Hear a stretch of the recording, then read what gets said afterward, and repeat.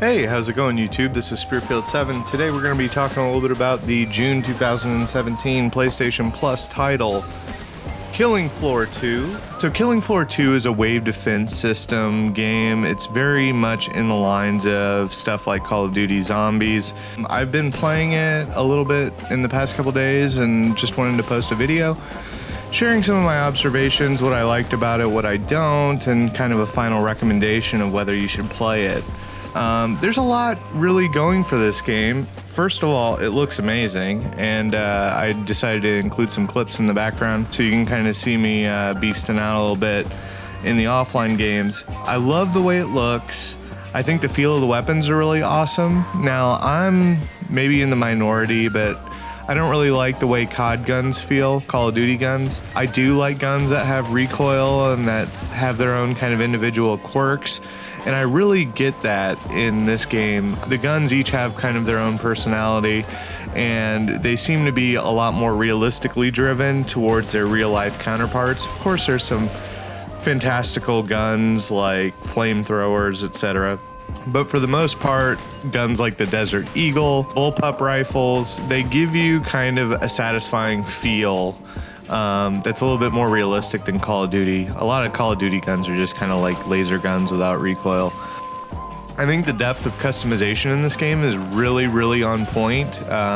Basically, before you go into each match, you decide, hey, do I want to be a medic, a commando, a survivalist? Each class setup kind of has its own benefits and pitfalls, and it just really adds to a robust experience that's nice and complex and gives you a lot of choice as a player. On top of that, there are tons of guns to choose from and different combinations that can be used in match, which I think is really, really great that there is such a vast selection of guns and things to kill zombies with. And also the variety of enemies. Like, there are very basic Zed monsters that are pretty easy to kill. And then there are more powerful enemies with their own special attacks and defenses. I think that's all really, really good. And of course, there's that microtransaction bullshit.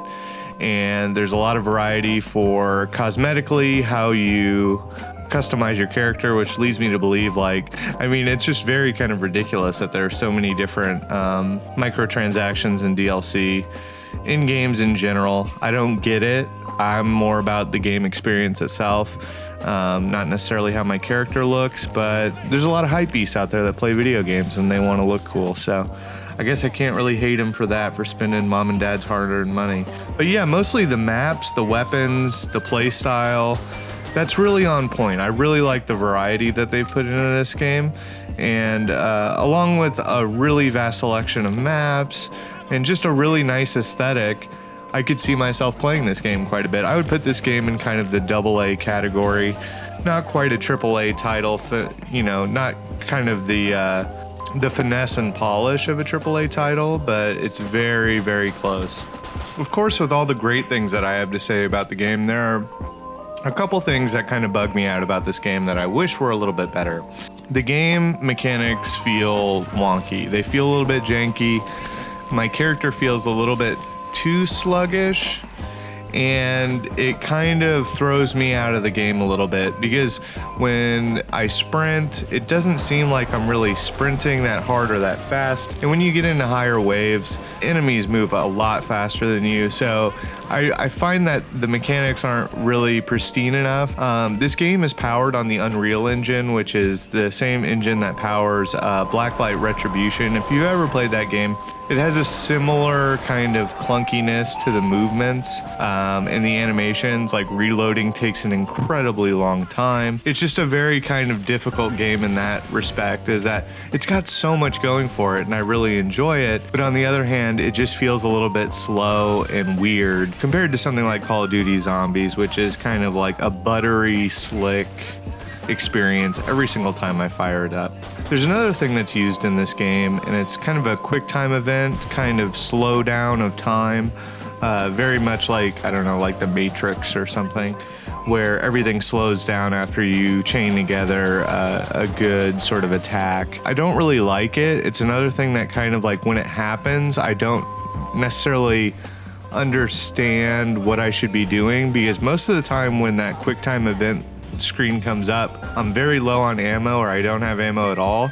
So it's basically like watching a head pop off of one of my enemies while noticing that there's 15 other enemies, and I basically am doing a reload animation in slow-mo, which just isn't really that cool or that fun to look at. There's another thing in this game. There are trader pods, and after every single wave of enemies that you clear, you go and track down the trader pod where you can upgrade your weapons, buy ammunition, buy health packs, buy armor. The trading pods always seem to be like the farthest they could possibly be from where I'm standing at any given time. So after the wave is over, I'm literally spending, I don't know, 3 minutes running across the map to get to the trader pod. Now I understand why they do it. They put it far away from you because it's timed. You only have about 1.5 minutes to upgrade your stuff. It adds a sense of urgency, basically, because if you get there with only 20 seconds to go, you got to make really snap decisions about what you need to do. Do I need to upgrade my ammo?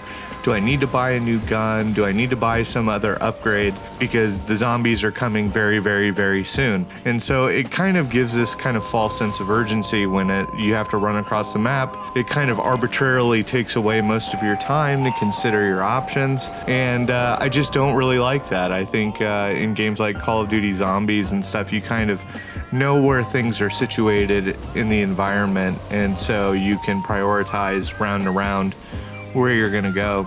But outside of these minor quibbles with the game, I really enjoy it, and I'm really happy that it's a free offering on PlayStation Plus. Looks great, feels great, but there are some wonky gameplay mechanics that probably aren't going to lure me away from Call of Duty Zombies anytime soon. But yeah, I would ultimately recommend the game, and I hope that you all enjoy it. I hope you all who are watching this video will download it, check it out, come back to this video and leave a comment, maybe see what your thoughts are on the... But anyways, yeah, I encourage you to download it, try it out, and definitely come back to this video and leave me some comments down below. Maybe we can have a little discussion about the pros and cons of this game. I definitely don't think it's on the level of Call of Duty Zombies, but I do think that it's a highly ambitious game and that the makers of it should feel very proud about the product that they put out there. If you enjoyed this video, please remember to rate and subscribe if you aren't already. Until next time, this is Spearfield7. See you later.